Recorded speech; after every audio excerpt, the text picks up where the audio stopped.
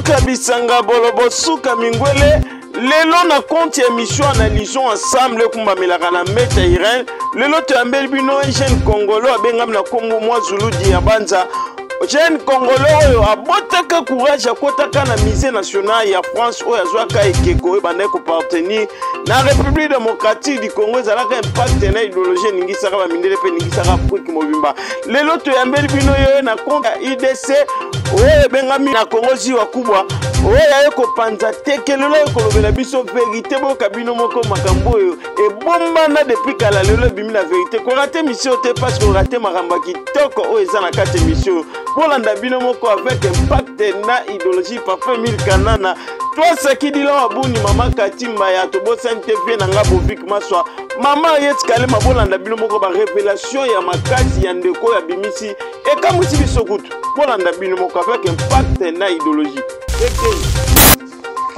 Voilà. On part avec notre bien. Je suis venu récupérer ça au musée des Quai Branly. Donc je pars avec à la maison. C'est une richesse qui nous appartient et qui aujourd'hui mérite de retourner à la maison. Pendant que ces choses ont été pillées, c'était sous la colonisation et sous l'esclavage de 1880 justement en 1960. Vous voyez tous les œuvres d'art venues du Cameroun, du Congo, du Sénégal, du Bénin et de partout. Ces objets-là, le sang de mes ancêtres ont coulé. D'accord, très bien. Par contre, c'est peut-être pas la meilleure façon de faire. La meilleure façon, c'est ça, parce que eux, ils ont demandé l'autorisation à qui? Ne me dites pas comment je dois agir, moi. De quelle façon dois-je agir quand quelqu'un vient chez moi, viole ma maman, mes petites soeurs et vole mes biens? Motivation, c'est une motivation et la justice. Il fallait justice et salama.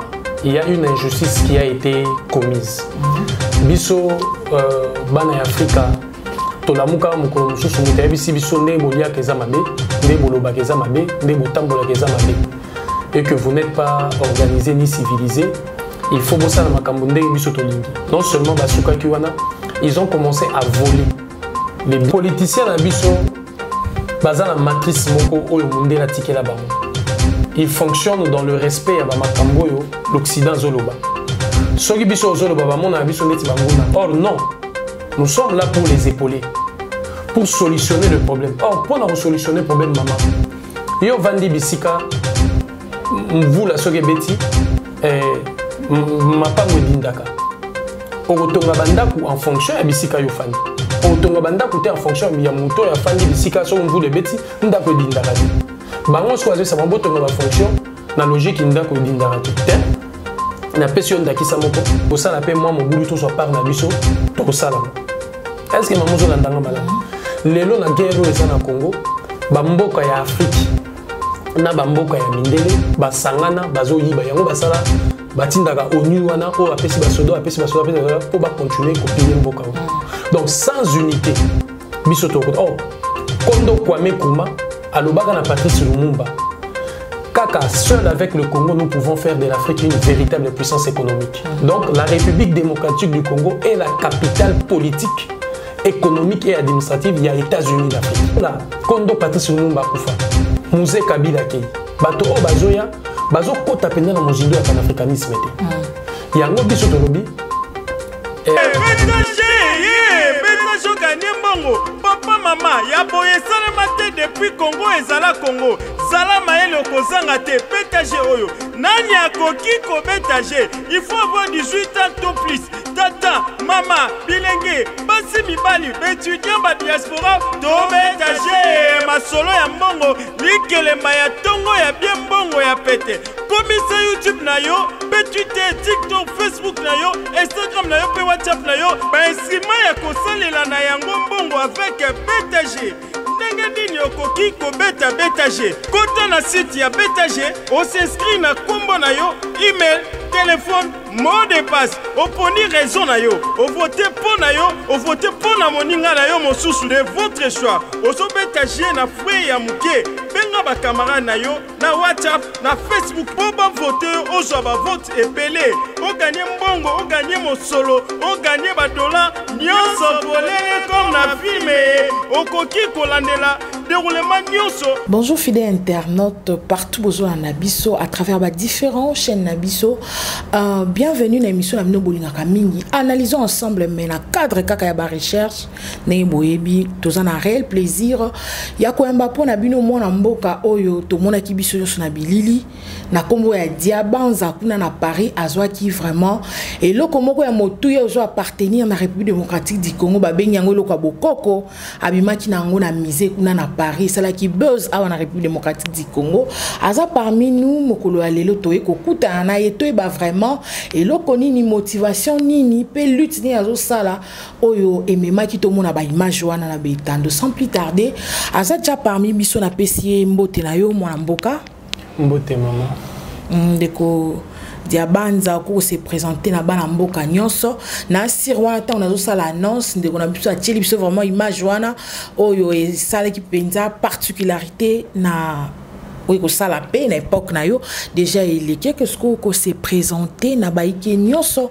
bayo kombo na mulai penza uzanani osala kanini lutte na yo ezalini matondo mingi na bengami na kombo ya Mwazulu Diabanza nazali porte-parole international ya UDC Unité Dignité Courage ezali lisanga moko ya ba panafricain bana nyonso ya Afrique na ba oba bima na tangu ya bowumbu ya esclavage to sangana biso nyonso na lisanga wana UDC Unité Dignité Courage awa na Congo eza na kombo ya UDC Unité Dignité Courage Ziwa Kubwa na Swahili elobi Grand Lac donc ngai nde nazali omemisango na bango bipai porte-parole international wana nde ezali lingomba o nazalaka na memaka mongongo pona bitumbo tozobunda pour la libération de l'Afrique mongongo pardon bitumbo tozobunda ezali vraiment résumé par na biso na 4 objectifs yango nde na omeka ko kabolana bandeko tout au long ya émission. Voilà, tout le monde qui ba image on a tout à l'heure au kotaki na musée on a à Paris aux joies qui vraiment et qui ils ont appartenu à la République démocratique du Congo motivation nini et tinda kio qui ko sala acte wana pe ezaki na but ni motivation ezaki na motivation et justice il fallait justice et salama il y a une injustice qui a été commise biso bana Afrika tolamuka mukolo mususu mutayebi biso nde bolia keza mabe nde boloba keza mabe nde botambola keza mabe et que vous n'êtes pas organisé ni civilisé il faut bosser na makambo nde biso tolingi non seulement basuka kiwana ils ont commencé à voler les biens nous appartenant eza lokola papa akufi atiki biso na lopango motoyer abotoli biso lopango wana alors que ezali héritage na patrimoine na biso na mibeko ya mukili mobimba na ba loi o eza régi par exemple na o eza édicté na ONU na ba Nations Unies na ba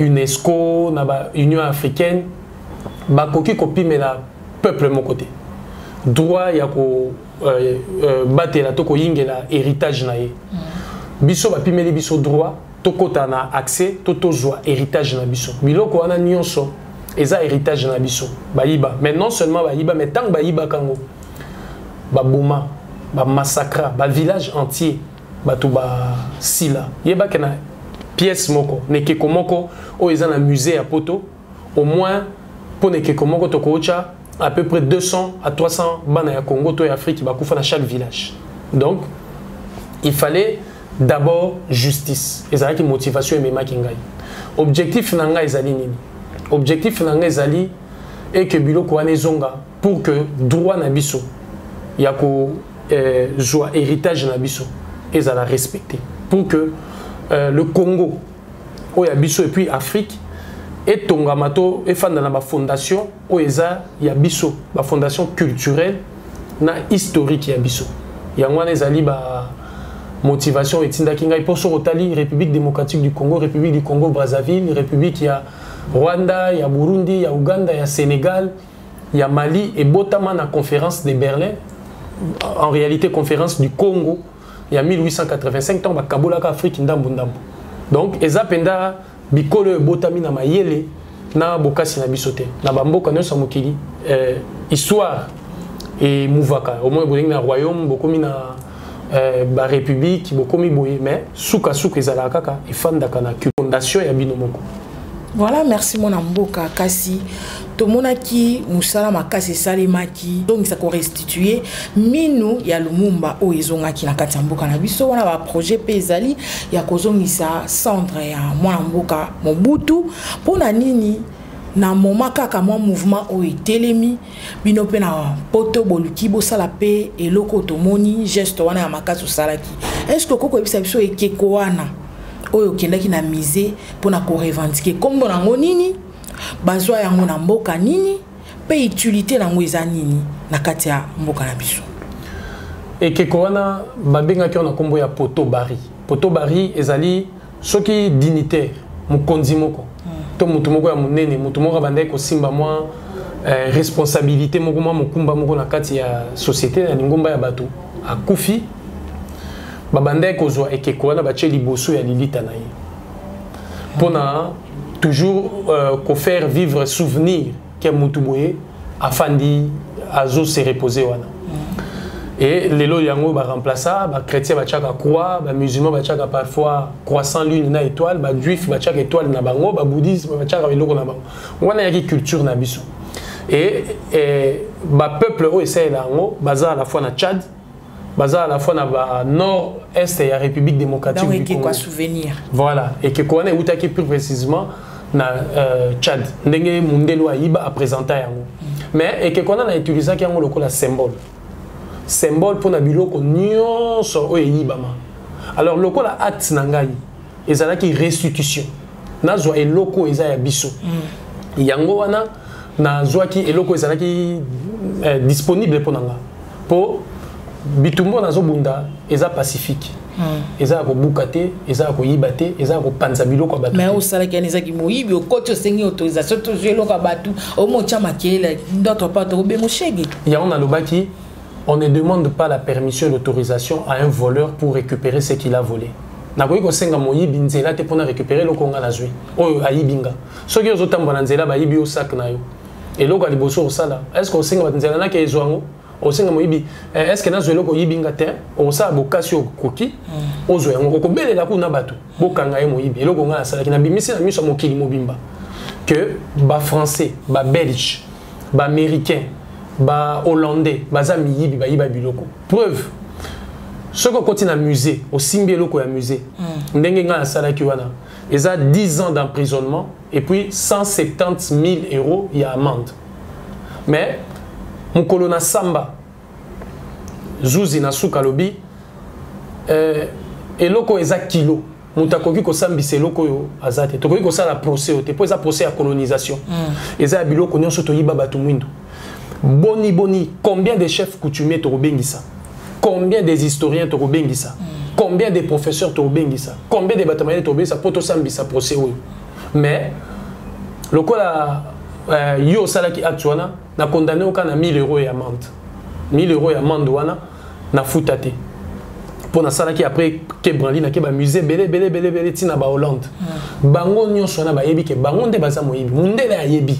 Que biso to yibate yende mutayibi biso to yamba bango ba yiba donc nga na sala keloko ya ko kende ko senga dango na ndeko ba biso eza pardon ya ko kende ko zwa eza ki ya biso ko yibate ko bukate yango na kutanaki na pièce wana na zwaki yango comme symbole pour na ko lakisa bato yindo nyonso pe tout le peuple ezaka biso te ezaka ba africain te peuple ya Pérou ba conquistador espagnol ba yiba bango or na bango ba peuple ya Australie ba peuple ya Asie na Indonésie partout ba yiba mundele pour mundela sali colonisation en Afrique na Australie na Asie na Amérique ba américain nyonso kutu ba limwa ba indien wana ba méridien ba limwa ba mindele ba kenda ovanda kuna ba zo ba tumundu ba kokola biso meilleur ba na bombo yango comme États-Unis d'Amérique na ba Canada Australie pe bazo sila donc ezaka bisoté bon akendaki lelo pe to sangani na bamboke belé ba bikolo nyonso na tangi pona ko revendiquer mutu na mutu azongela biloko na ye.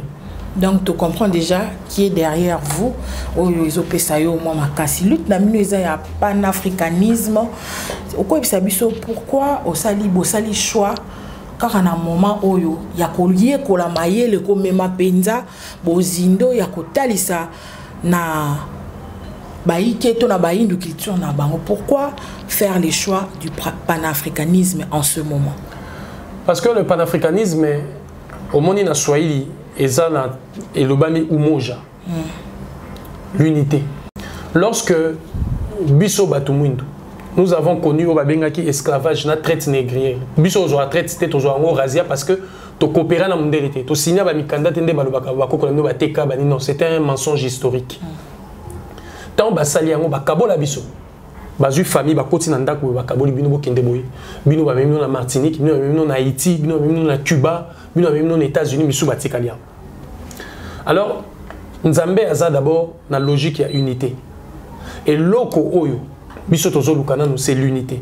Le président Kwame Nkrumah tango a kotaki na isolo ya panafricanisme po yaza lokola moto ya Yambo na ba chantre nyonso mobeti mbonda ya Yambo alobaki soki Afrique ezongi na umoja te na bomo côté na unité ante na panafricanisme te toko longa te. Omoni panda Kwame Nkrumah kufati lelo moto alonga azate ta Afrique ndenge ezali. Patrice Lumumba tanga kotaki na isolo ya panafricanisme yena kondo Kwame Nkrumah ba signa mukanda pour que batonga o babengi États-Unis d'Afrique. To sangisa ba pays africain comme abomoko. Tina wapi ya bitumba na biso ya panafricanisme umoja unité. Tala lelo le Congo. Omoni mukomsu na komi na mboka ya Benin. Na komi na mboka ya Benin tango wapi président ezalaka na kanisi Yayi Boni. Tango na komi na mboka ya Benin na kutani na conseiller moko ya président ya kala ya Benin, ya président Nicéphore Soglo. Ayebi singai Nzambe a pambola Congo na ndenge mutu moko akoki kokanisa te. Mboka wana eza na biloko moko eza nulle part ailleurs. Biso soki baye kozwa biso tokende kosala pe mwa mobulu to soit part na biso to kosala. Est-ce que mamozo landanga malamu? Lelo na guerre eza na Congo, ba mboka ya Afrique na ba mboka ya mindele basangana bazo yiba yango basala batindaka ONU wana o apesi basodo pour ba continuer copier mboka. Donc sans unité biso to kondo Kwame Nkrumah alobaka na Patrice Lumumba kaka seul avec le Congo nous pouvons faire de l'Afrique une véritable puissance économique. Donc la République démocratique du Congo est la capitale politique, économique et administrative il y a États-Unis d'Afrique. Là kondo Patrice Lumumba kufa Musée Kabila kei bato o bazoya bazo kota penda na mozindo ya panafricanisme te. Yango biso tolobi Congo ye moko nde omona Congo boy. So to tikeka ye moko pumba lokwa pays. Mama ndimela nga lelo. To sala bambula na bambula mboko ekozala kabo. Po batu baningi Congo, ils veulent détruire briser le Congo. Il faut pas qu'il y ait un état fort. Pour ceux qui na Congo un état fort et le ça masusa moni Yoweri Museveni. Alobaka Kabila Musée est trop fort.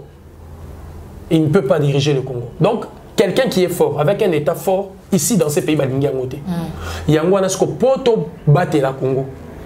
Il faut que ça Congo dans l'Isanga. Je vois moi si qui toko boy. Batu bazo chao lito inanzela bazo linga. Poto battre la yo, topo mi battre la. Au monde aime solo bon, na bala. So na komi moi c'est libala. Ba ndenge maman Biliabela yembaki te mama chala mona. Baninga engasi na bali potika ko dendelanga ba miso wana ya ko lula.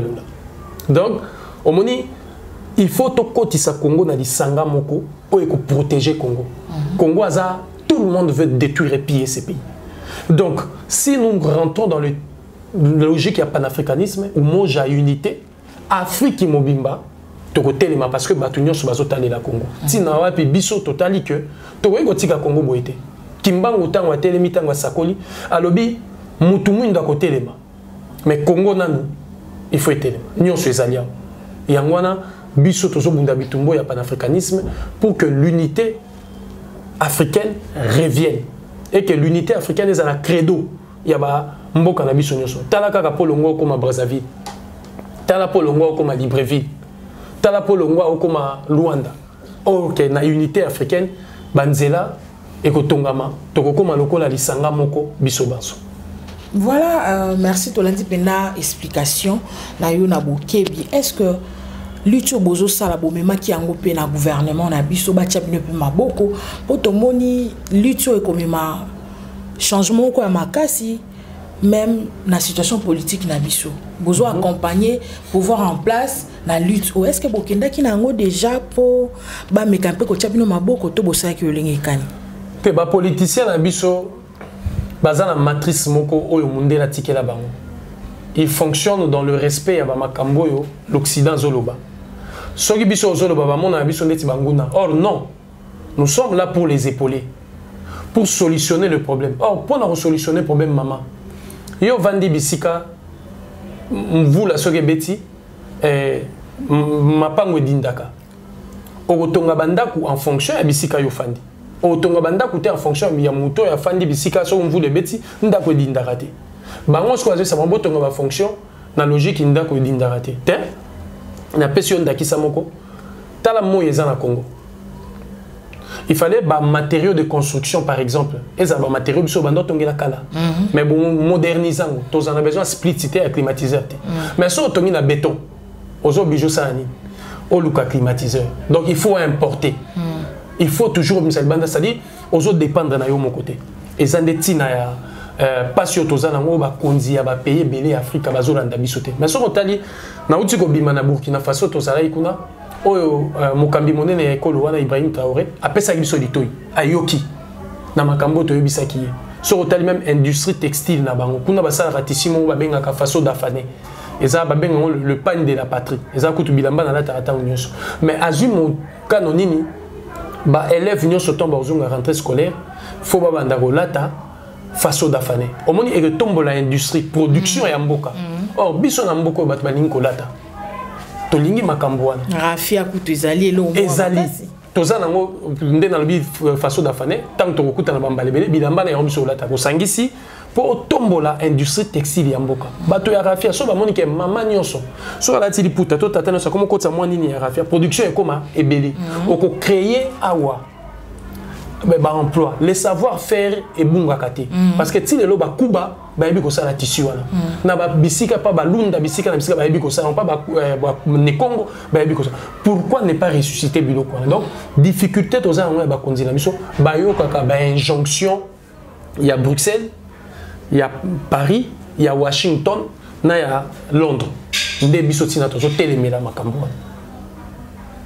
Dans les sangs la bino, bozali nombre de combien et mutuali koko dans la lisanga. Quelles sont les conditions à remplir?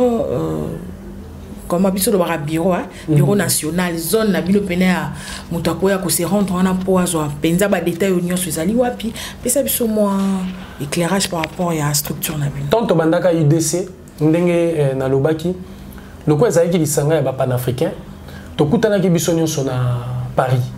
Pour na Paris, okuta outi Côte d'Ivoire, outi Sénégal, outi Congo, outi Bénin. Et puis okuta soso bakoko na biso bakenda kala, o bakoma Martinique, Guadeloupe, Haïti, to sangana ki biso nyonso to créer lisanga UDC unité dignité courage. Tant to bandi bitumba, ba yeko boto na biso siège na Paris.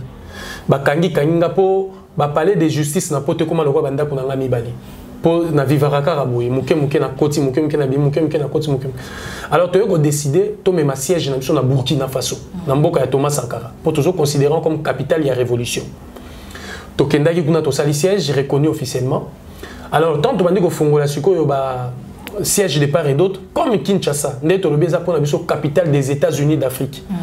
To yepe awa susu to fongoli sikoyo to latition kombo ya ziwa kubwa na Swahili ziwa kubwa lobi Grand Lac. Pour selon ba études scientifiques nyonso na batama ile nyonso mukili ba yebi ke vie civilisation mukili ta nzamba ke langue banda en Afrique et banda wapi na Grand Lac bakoko na biso ba wuta ba kenda kotonga na Égypte antique ti babimi donc makambo nyonso faisons na Grand Lac et puis richesse ya monde devant na région yango to lobi Grand Lac ziwa kubwa donc tozongi sengo na kati ya ba Grand Lac nde awa to bandi kocha bureau na biso en place et ça déjà en place so ba nimba zo biso fo ba zo biso na musée national ba ninga na biso nyonso bazana na musée national nde tozo bunda tozwa bureau awa parce que makambo na yebisa na uti kolobawa lokola ba konzina biso ba zo ba injonction ya Paris ya Bruxelles ya Washington ya Londres ke biso zo bundisa bato wana to komi na pasi awa yango tozo nazo beta nazo sala mbela déjà et sengeli ba pesa biso esiko biso zoluka na ba bureau nyonso ezwami na musée national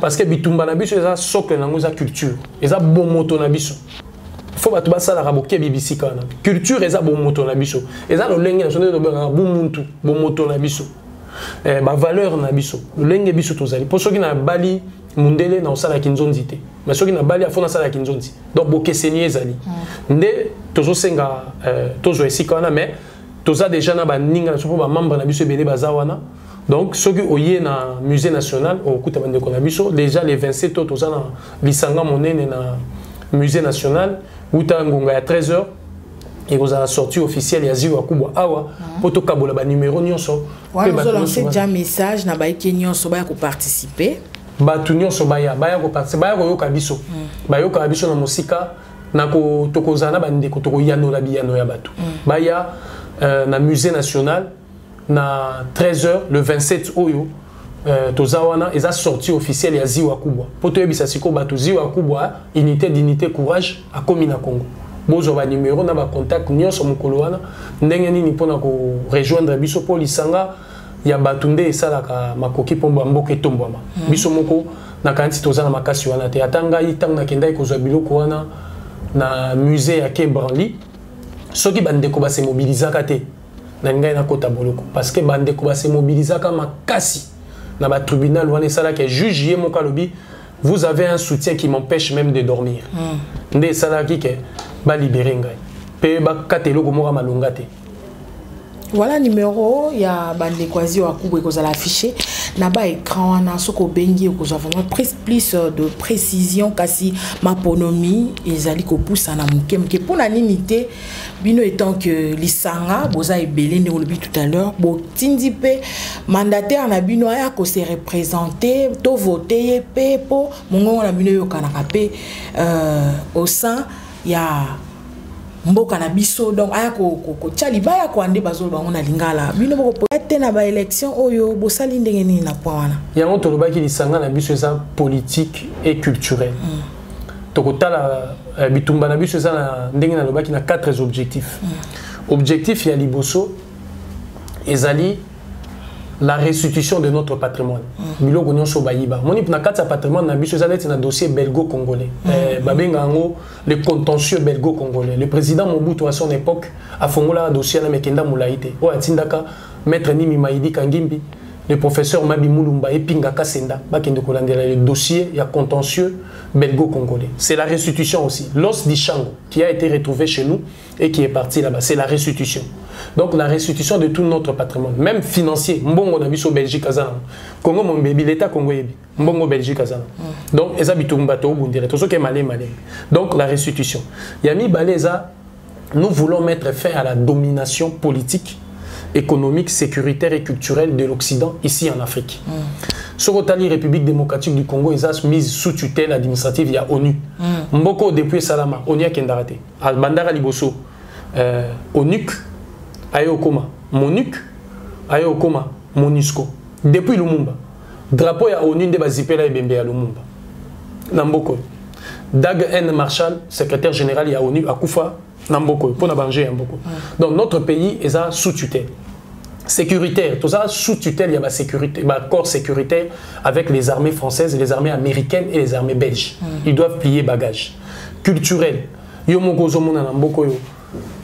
l'effet que tout le monde peut parler français s'il le veut, c'est pas un problème. Mais le français ne doit avoir aucun statut. Non, on peut sa différence. Au coquille qu'on soit non moi si vous avez un boye, moi si vous avez un non moi si au bali comme un statut mususu. Donc le français ne peut pas être langue officielle, il y a beaucoup. Mais les langues officielles, les langues biso to lobaka. Oh ya biso. Donc toujours pour la domination culturelle ici là. Boutaki a à francophonie, c'est un rayonnement de la France, c'est la domination française en Afrique. Donc on a une domination en ici là. Donc troisième objectif, domination politique, ndenge ba poner la biso ba konti puis ba pesa ba injonction na lobia. Et puis, troisième objectif, c'est la construction des États-Unis d'Afrique. Il y a un autre chose à Kinshasa comme la capitale politique des États-Unis d'Afrique. Tobanda Moussala. Où ta kondo Muammar Kadhafi à Koufa, na président Kwame Nkrumah, solo wana. Il y a États-Unis d'Afrique et Betama à sous-souté. Et fort et Salama à sous-souté. Et puis, quatrième objectif, pour na koya na mutuna na yo, c'est la conquête du pouvoir. Parce que tokoki ko bunda bitumbo te to kende boto sala makambo nyonso sans conquérir le pouvoir dans un état africain. Donc toza prêt à la conquête du pouvoir. Mais et c'est là que to bungisa makambo nyonso pour ma ponami biso toza ba politicien te. auto la muki na tongo to libito kende to pesa bato ba voter biso te. Il faut dynamique ba na kati na biso et puis peuple a porté biso le moment est venu beaucoup ne pesa. Comme on a makantisé déjà malam peuple reporter na otia bino maboko na niveau diaspora beaucoup tinda pe candidat na bino moko pour peuple a pour na pe na mungongo na bino oyo ka pe kuna na parlement. Yango moni ndenge za boto bandi koloba. Ndeti ngai le porte-parole o azomema mungongo oyo. Oza candidat. Naza candidat mais naza prêt na toute éventualité. On est en retard, on to tikali musika.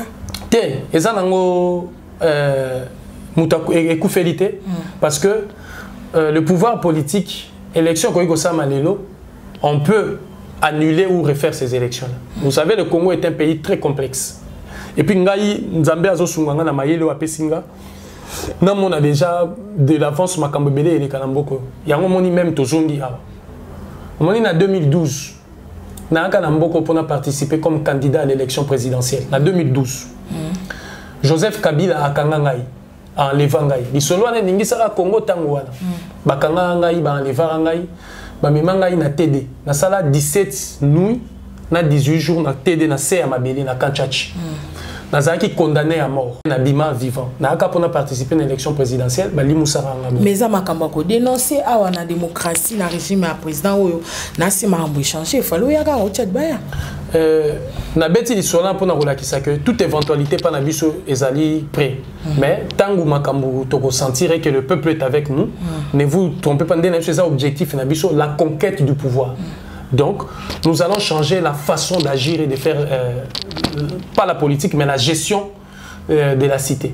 Parce que la classe politique congolaise, c'est l'élite sur le Congo. On a des musiciens, on a des clergés, des pasteurs, des imams, on a des politiciens, on a des corps enseignants. Et ça, le système autobinga bouzobéri. Donc nous allons travailler pour changer ces mœurs-là et ces mentalités. Voilà, merci Nayo, mon amboka, ndengo yamba kibiso vraiment. Dans 8 ans à côté que la yo aux attentes à répondre pour batubaye bayo vraiment na bozindo bayo kapé vision nini buzanango na ziwa kubwa kasi ezambala sukate bien sûr tokoya poto zokali suboyebi to comme na suka vraiment maso na biso TV za radio te message essentiel nous anango a lancer na baiki nyonso balandio moi synthèse par rapport à entretien na biso ya mokolo alilo na lingiri kobeta pesa mbela na bana nyonso ya Congo, na bana nyonso ya Afrika. Tous ceux qui sont ici, africains, maliens, sénégalais, congolais, béninois, martiniquais, guadeloupéens, et na bana nyonso ya Congo. Venir le 27 na musée national pour boya koyoka ziwa kubwa. Boya koyoka. Toza na fimbute na maboko. Boya koyoka tokokabola parce que le Congo, le monde entier attend le Congo. Et l'heure est venue où le Congo faisait les chemins de l'Afrique. Ah, babenga ngonzila Congo. Bisika wapi, elali ebembe ya Musée Kabila, elali ebembe ya Patrice Lumumba, elali nzoto ya Kimbangu, elali ya Kimpa Vite, ya Thomas Sankara, ya Kwame Nkrumah, ezali pona bonheur ya Afrique. Alors, na sengi na bino nyonso bozala wana po boya to fongoli porte ya ziwa kubwa. Boya elongo na biso poto telemisa ziwa kubwa to kende liboso. Na kosenga na bino banso batoto wa Kongo angali ya maisha wetu fanya nguvu juu ya mwingine yetu. Umoja tutashi. Voilà, merci. Comme la souka, je rappelle, nous avons reçu pour vous le porte-parole international Yaziwa Kuba, mouvement panafricanisme oyo et kosala makambo kitoko na mikolo ko ya na yende to tikosola makambo Italie, vraiment culture na biso pe lutte na bango pona mboka na biso. Na sima caméra tozaki bele bien na Fabrice Mutombo. Un grand merci. Na bino nyonso bozala ki wana bo partager émission oyo po sango kende sika penza ba ke nyonso sango oyo komela bango. Quant à moi, je vous dis au revoir to kutana mikolo ko ya. Bye bye. Papa, maman, ya boye salamate depuis Congo et Zala Congo.